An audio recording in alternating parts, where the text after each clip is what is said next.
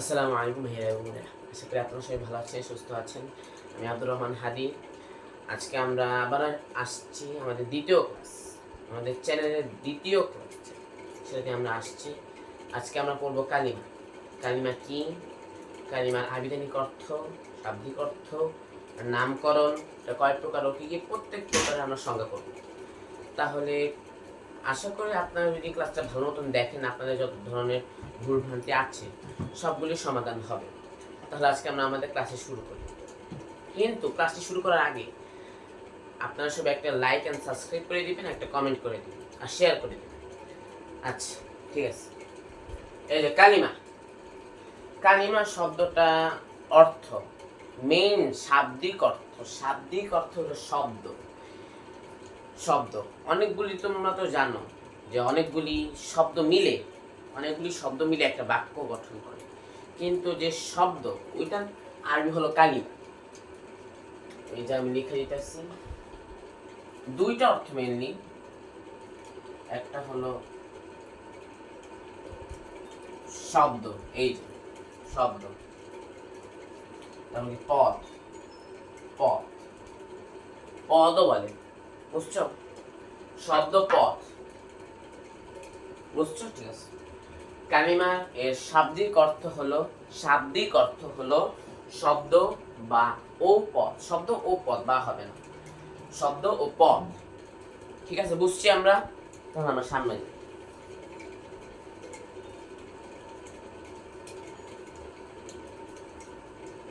এখন আমাদেরকে জানা লাগবে এটা কোনখান থেকে এসেছে, বা এটা মূল জায়গা কি, কোনখান থেকে এটা তৈরি হয়েছে। আচ্ছা, এটার মূল যেখান থেকে এটা তৈরি হয়েছে সেটা হলো কালমুন।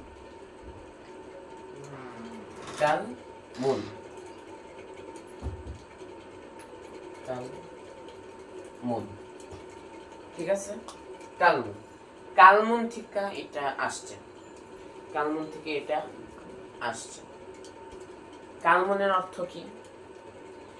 কালমুনের অর্থ হলো আঘাত করা, আহত করা।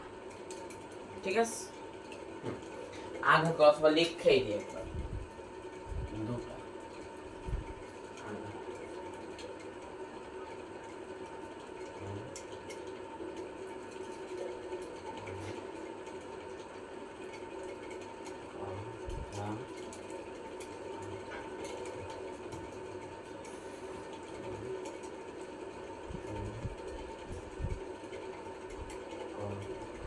আঘাত করা বা আহত করা।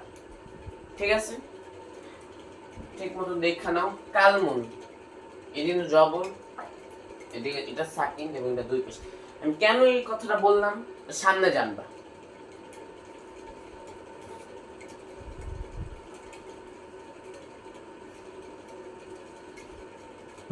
ঠিক আছে, কালিমা শব্দটা তোমার এক বচন। কত বচন? এক বচন। এক বচন মানে কি? এক, কোন শব্দ যদি এক বুঝে, একজন, একটি বস্তু, একটি ব্যক্তি, যাই বুঝাক না কেন, সেটা যদি একটা হয় তাহলে সেটা এক বচন হয়। আর এই যে কালিমাটা, এই যে সেটা, এটা হলো এক বচন। তাহলে বহু বচনে কি হবে? বহু বচন আমাদের কালিমাতুন অথবা কালমুন না কালিমুন, কালিমাতুন বা কালিমুন। বুঝছো? ঠিক আছে, দেখো কালিমাতুন দেখা যায় না তো মনে হয়। কালিমাতুন, সরি একটু বলেছি, কালিমাতুন। তারপর কি হবে? কালমুন না কালিমুন। একটু খারাপ দেখা দিতেছে।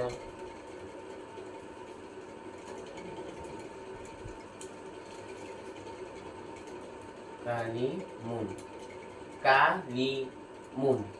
ওই যে আমরা যে একটু আগে যে বহু বচন পড়ছিলাম, কি কালিমা এর বহুবচন কি? কালমুন। কালমুন। কিন্তু এর যখন না আমরা মূল গৃহীত বা কোন দিক থেকে আসছে মূল ক্রিয়া সেটা হলো কালমুন, কিন্তু বহুবচন হলো কালিমুন। ঠিক আছে, বহুবচন কালিমুন। এই যে খালি ওইদিকে ছিল তোমার খালি একটা যজম, এই যে যজম, আর এদিকে আছে যে। ক্লিয়ার? ক্লিয়ার, বুঝছো? ঠিক আছে, এখন আমাদের তো জানা লাগবে যে এটা নামকরণ বা কালিমা এর অর্থ তো শব্দ। মাত্র বললাম শাব্দিক অর্থ যেটা, এর অর্থ হলো শব্দ। এখন এটা যে মনে আছে আমরা যে কি পড়েছিলাম একটু আগে, বলো? হ্যাঁ, এটা কোনখান থেকে আসছে বলো তো? কালমুন, এটা থেকে এটা আসছে। কালমুন থেকে কালিমা আসছে। ঠিক আছে, এখন আমরা পড়ছিলাম কালমুন। কালমুনের অর্থ কি? কালমুন এর অর্থ কি? আমরা কি পড়ছি? আঘাত। কি পড়ছি? আঘাত। ঠিক আছে,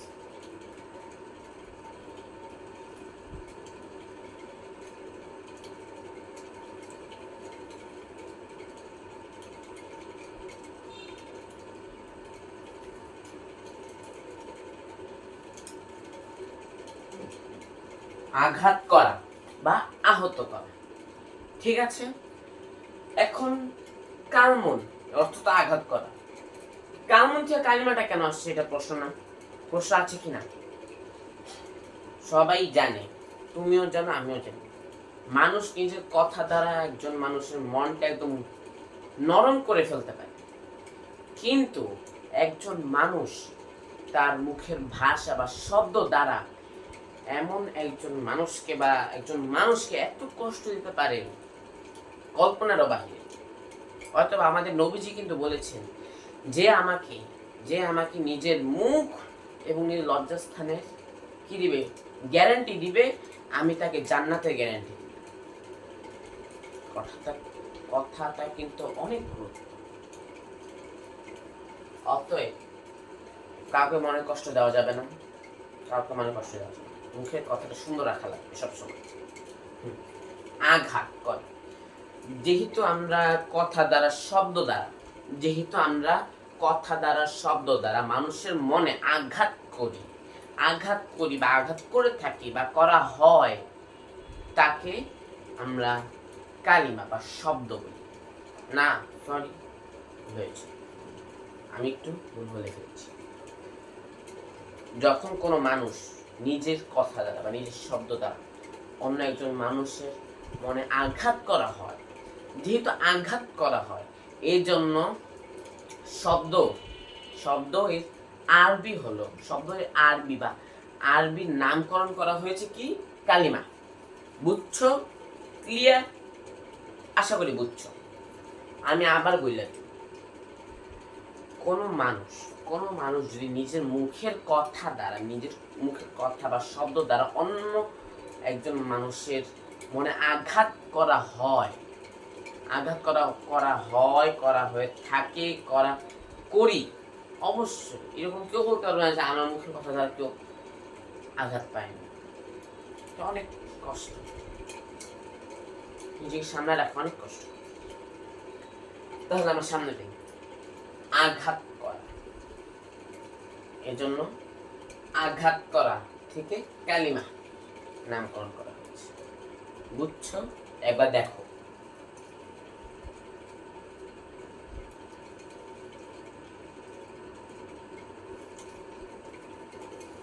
আশা করি বুঝছো। তাহলে আমি আবার বলি, মানুষের কথা দ্বারা মানুষের মনে যেহেতু আঘাত করে, সেহেতু এই জিনিসটাকে কালিমা নামকরণ করা হয়েছে। বুঝছো? শিখাচ্ছি।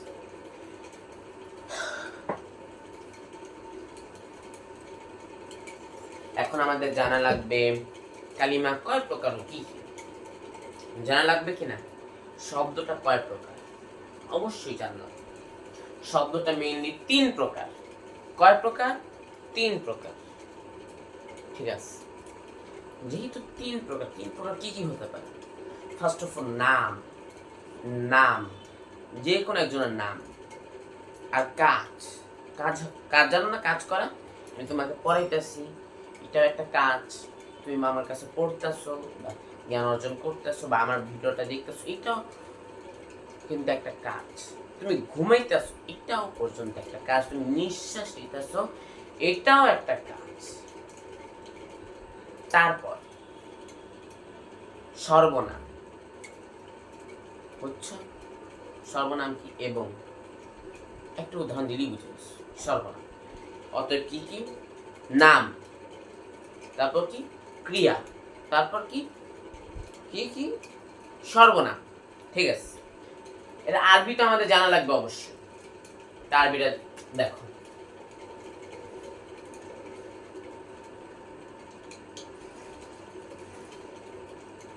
এসেন,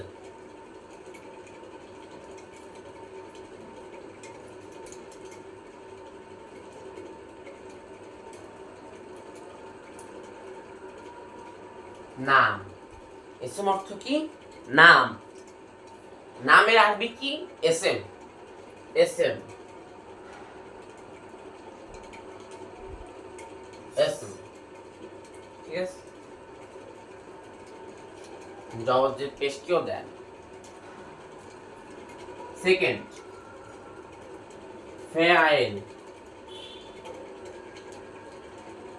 এটার নাম কি? ফাইল। ফাইলের বাংলা কি বলো তো? ইউজ করো তো। আমি 2 নাম্বার কি পড়েছিলাম? ভাবো, ভাবো আমি 2 নাম্বার কি পড়েছিলাম? একটু চিন্তা করো, আস্তে আস্তে আস্তে আস্তে আস্তে। হ্যাঁ, মনে পড়ছে, ক্রিয়া বা কাজ। তখন আমরা যদি লিখি ক্রিয়া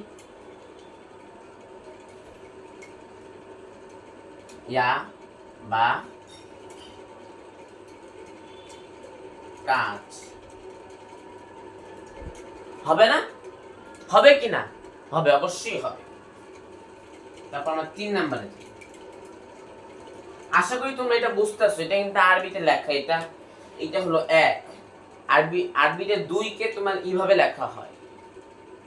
তারপর এটা 3, আরবিতে এটাকে 3 বলা হয়, বা 3 তো বলা হয় না, আমরা এটার বাংলা হলো 3।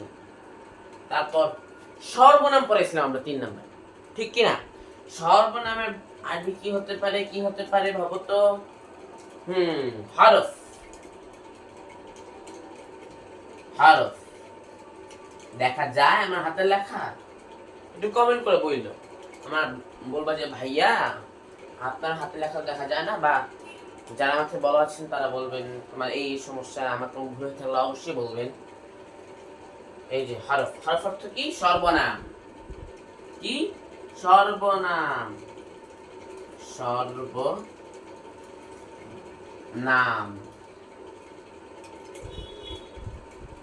ঠিক আছে? বুঝছি, বুঝছি আমরা, আশা করি বুঝছি। এখন আমাদের তো জানা লাগবে এগুলির সংজ্ঞা, কারণ যারা আমাদের তো, যেটা আপনারা দেখতেছেন ভিডিওটা, নিশ্চিত বেসিকের জন্য দেখতেছেন, আপনাদের বেসিক যাতে তৈরি হয়। অতএব এগুলির সংজ্ঞা তো অবশ্যই জানা লাগবে। কিন্তু আগে মুখস্থ করেন, মুখস্থ করেন। এসএম ফেল হরফ, এসএম ফেল হরফ, এসএম ফেল হরফ, এসএম ফেল হরফ, এসএম ফেল হরফ। এসএম অর্থ নাম, এসএম অর্থ নাম, এসএম অর্থ নাম, এসএম অর্থ নাম, এসএম অর্থ নাম। ফেল অর্থ কি? ফেল অর্থ ক্রিয়া বা কাজ, ক্রিয়া বা কাজ, ক্রিয়া ক্রিয়া কাজ কাজ, ঠিক আছে? ফেল অর্থ কি? কাজ। হরফ, হরফ অর্থ কি? সর্বনাম, হরফ অর্থ কি? সর্বনাম। ঠাটা মুখস্থ থাকা লাগবে। এটা সরফ পড়তেছি আমরা, সরফ কুকুরের মতন ঘ্যাও ঘ্যাও ঘ্যাও করে পড়া লাগে। এখন তো এটা এমনি মুখস্থ হয়ে যাবে, কিছুক্ষণ পর কয়েকটা ক্লাস যাক, তারপর দেখবো যখন আমরা সিগাতে যাব তখন বুঝবা কিভাবে পড়া লাগে। কুকুরের মতন ঘ্যাও ঘ্যাও করবো। এসএম, এসএম এর অর্থ হলো এমন একটি কালিমা। কালিমা অর্থ তো আমরা পড়ছি শব্দ, পড়ছি কিনা? এমন একটি শব্দ বা এমন একটি কালিমা যা মিজান, মিজান, এই যে মিজান, ছোট্ট করে লিখে দিই, মিজান।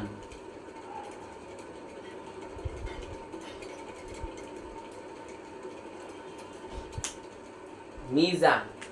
মিজানের বাংলা কি জানো?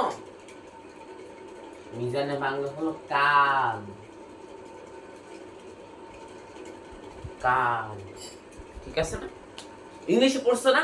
পাস্ট, প্রেজেন্ট, ফিউচার অথবা প্রেজেন্ট, পাস্ট, ফিউচার পড়ছো না? প্রেজেন্ট কয় প্রকার? 4 প্রকার। পাস্ট কয় প্রকার? 4 প্রকার। ফিউচার কয় প্রকার? 4 প্রকার। সবগুলো পড়ছো কেন? প্রত্যেকটা তোমার প্রকার চাই, প্রত্যেকটা প্রকার। কিন্তু আপাতত তুমি মিজানে আলাদা করে ক্লাস আসবে, টেনশন।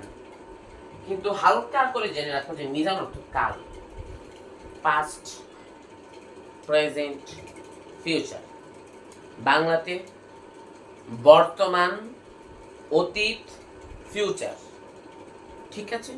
আমি যে এই মুহূর্তে তোমাদেরকে পড়াইতে আছি এটা আমার প্রেজেন্ট চলতেছে, কিন্তু তোমরা যখন ভিডিওতে দেখবা সেটা আমার জন্য কিন্তু প্রেজেন্ট থাকবে না, তখন সেটা আমার জন্য পাস্ট হয়ে যাবে, কারণ আমি ভিডিওটা আগে করে ফেলেছি। এবং ফিউচার তুমি যেটা ভিডিও পাবা সেটা কিন্তু আমার জন্য হইতে পারে পাস্ট অথবা প্রেজেন্ট হইতে পারে। তুমি যে ভিডিওটা এখন দেখবা একটু পর, আমার ভিডিও হতে পারে না আমি ওটা এই জায়গায় দাঁড়াই একটু পর করতেছি, হতে পারে। অতএব আমরা ইসলামের সংজ্ঞায় যাই। যে কালিমা, যে কালিমা যে কোনো কালের অন্তর্ভুক্ত না, অন্তর্ভুক্ত না, যে কোনো কাল বা মিজান, মিজানের ভিতরে পড়ে না, যে শব্দটা গঠন করার সময় কোন ধরনের মিজান বা কালের প্রয়োজনীয়তা নাই, নাই বললেই চলে, নেই। অতএব আমরা কি পেলাম? এসএম যদি কেউ গঠন করতে চায় তাহলে সেটার ভিতর কালিমা লাগবে না, না কাল লাগবে না, মিজান লাগবে না, মিজান থাকতেই পারে না, থাকবেই না। ঠিক আছে? আমরা একটা উদাহরণ দেখি, যেমন আরবি দিয়ে দেখি হা দি, আমার নাম। হাদি কি আমার নাম না? তোমরা জানো আমার নাম কি? আমার নাম কিন্তু হাদি। হা দি। আর কি পারি, আর কি দিতে পারি? ভাবো, মাদ্রাসা। মাদ্রাসা। তোমরা সবাই জানো মাদ্রাসা মানে কি? মাদ্রাসা, মাদ্রাসা, মাদ্রাসা তোমরা চিনো না? মাদ্রাসা কি? তোমরা কি মাদ্রাসা পড়ো না? তো তোমাদের ইচ্ছা তোমরা মাদ্রাসা পড়ো কিনা, স্কুলে পড়ে তোমাদের ইচ্ছা, কিন্তু মাদ্রাসা এটা কিন্তু একটা নাম, হাদি একটা নাম, যেগুলি নামের অন্তর্ভুক্ত সেগুলি, এই জন্য এটা এসএম। এর ভিতরে কোনো কাল হয় নাই। হাদি, আমার নাম হাদি, যখন আমি এটা উচ্চারণ করছি প্রেজেন্ট আছে, পাস্ট আছে, ফিউচার আছে, আর কিচ্ছুই নেই। হাতি মানে হাতি, আমার নাম হাতি, আর কিচ্ছু নেই। মাদ্রাসা তো এটা কোনো পাস্ট আছে, প্রেজেন্ট আছে, ফিউচার আছে নাই, কোন পাস্ট প্রেজেন্ট ফিউচার। হ্যাঁ, পাস্টও বুঝাইতেছে না, প্রেজেন্টও বুঝাইতেছে না, ফিউচারও বুঝাইতেছে না। বুঝছি? ঠিক আছে। তারপর কি, তারপর কি? ফেল, ফেল, ফেলে যদি সোজা করে আমরা যদি সংজ্ঞা দিই, যে কালিমা, যে কালিমা যখন গঠন করা হয় তখন তার মিজান এর প্রয়োজন হয়, মিজানের প্রয়োজন হয়। এই যে মিজান, এই যে মিজান, মিজান মানে কি? কাল, কাল, কালের প্রয়োজন হয়, তাকে আমরা ফাইল বলি। ঠিক আছে? দেখো,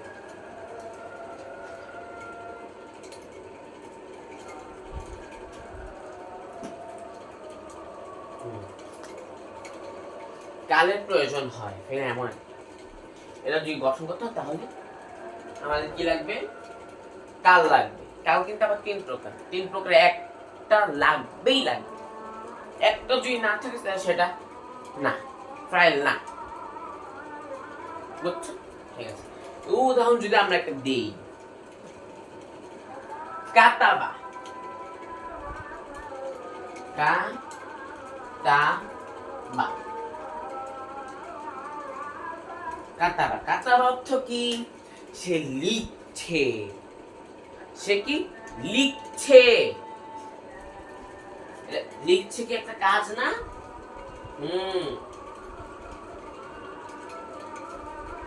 সে লিখেছে, লিখেছে হবে, সে লিখেছে। এটা কোন কালের ভিতরে পড়ে? ভাবো তো, প্রেজেন্ট টেন্সের ভিতর পড়ে, পাস্ট টেন্সের ভিতর পড়ে, নাকি ফিউচার টেন্স? সে লিখেছে, আছে দেখে এটা কি কিসের ভিতরে পড়বে? Past tense. আর পাস্ট টেন্স তো মিজানিন দ্বন্দ্বভুক্ত, কারণ পাস্ট টেন্স যদি আমরা আরবি করি তাহলে সেটা হয় মাদি। কি হয়? মাদি। কিন্তু মাদি কিন্তু কালের অন্তর্ভুক্ত। কাল কি? এই যেটা কাল। আর কালের আরবি কি? মিজান। বুঝছো? ঠিক আছে। কাতা সে লিখছে বুঝতে গেলাম আমরা। এখন আমাদের জানা লাগবে হরফ। হরফ মানে কি? হরফ সর্বনাম।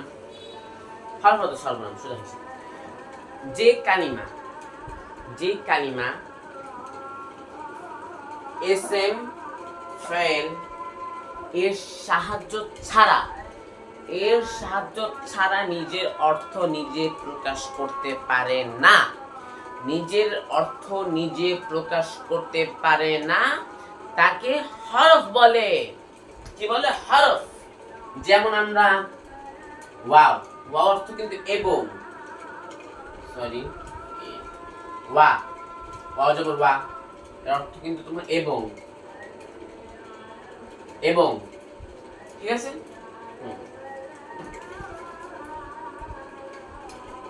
ওয়া, বুঝছো? আমরা আরো দিই এটা।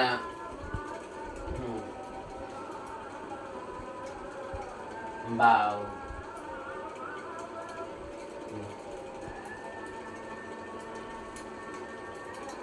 এখানে কিন্তু দুইটা ওয়াও আছে। ওয়াও কিন্তু ওয়া অর্থ কিন্তু এবং, এটা হরফ অন্তর্ভুক্ত। ওয়াও যখন আমরা এইভাবে পড়ি তখন কিন্তু ওয়াও, তাও এটাও কিন্তু তোমার হরফ অন্তর্ভুক্ত। ঠিক আছে? আমি সবগুলোর সঙ্গে আবার বইলা দিই, এবার স্পষ্ট, যেটা তোমার পরীক্ষা লিখবা। এতক্ষণ বুঝাইলাম। পরীক্ষা সবসময় স্যাররা চাবে আমার ছাত্ররা বুঝা লেখো, আমার ছাত্রছাত্রীরা বুঝে লিখো। অতএব আমি সোজা হিসেবে বলি যে তোমরা লিখতে পারো। এসএম এমন কালিমাকে বলে যা নিজের অর্থ নিজে প্রকাশ করার জন্য মিজান বা কাল এর প্রয়োজন নাই বা নেই। বুঝছো? আরেকবার, এসএম এমন একটি কালিমা যা নিজের অর্থ নিজে প্রকাশ করার জন্য মিজান বা কালের প্রয়োজন নেই। ঠিক আছে? ফেল কি? ফেল এমন একটি কালিমা যা নিজের অর্থ নিজে প্রকাশ করার সময় মিজান, এই যে মিজান বা কাল এর প্রয়োজন আছে। মিজান তিন প্রকারের যে কোনো একটা থাকা লাগবে, নাহলে সেটা হবে না, ফেল হবে না। ঠিক আছে? আমি আবার বলে দিই, ফেল এমন একটি কালিমা যা নিজের অর্থ নিজে প্রকাশ করার জন্য, এই যে এটা কি লেখা? কাল বা মিজান, কালের প্রয়োজন নেই। সোজা হিসাব, কালের প্রয়োজন নেই, তাকে ফেল বলে। আর হরফ এমন একটি শব্দ বা কালিমা যা নিজের অর্থ নিজে প্রকাশ করার জন্য এসএম এবং ফেল লাগবে, না হলে তার অর্থ সম্পূর্ণভাবে প্রকাশ পাবে। যেমন দেখো, ওয়াও এবং অর্থ কিন্তু আছে, কিন্তু কিসের এবং? আমরা বলতে পারি না যে আমি ভাত খাবো এবং মাছও খাবো। মাছও খাবে, তাই না? কিন্তু কেউ এবং কিন্তু সম্পূর্ণভাবে প্রকাশ পেয়েছে, বুঝছো? আশা করি তোমাদের জন্য এই আজকের ক্লাসটা অনেক ইনফরমেটিভ হয়েছে, তোমরা বুঝছো। কোনো ধরনের সমস্যা থাকলে আমাকে বলবা, আমি তা আছি। কমেন্টে একটা কমেন্ট করে দিবা আমার ক্লাসটা কেমন লাগছে বা কোনো প্রবলেম আছে কিনা, কোনো ভুল হয়েছে কিনা। বড় কেউ থাকলে আমাকে বলবেন যে আমার কোনো ভুল থাকলে এটা তোমার ভুল, একটু সংশোধন করো। অতএব যাওয়ার আগে একটা লাইক অ্যান্ড সাবস্ক্রাইব করে দিবেন, যাতে আমার মনোবলটা একটু বাড়ে। মনোবলটা কি বাড়ে এই ভিডিও দিতে যেতে, যাতে আমার মন চায়। ঠিক আছে, আজকের ক্লাসটা এতটুকু পর্যন্তই। দেখা হবে পরের ক্লাসে। আসসালামু আলাইকুম ওয়া রাহমাতুল্লাহি ওয়া বারাকাতুহু।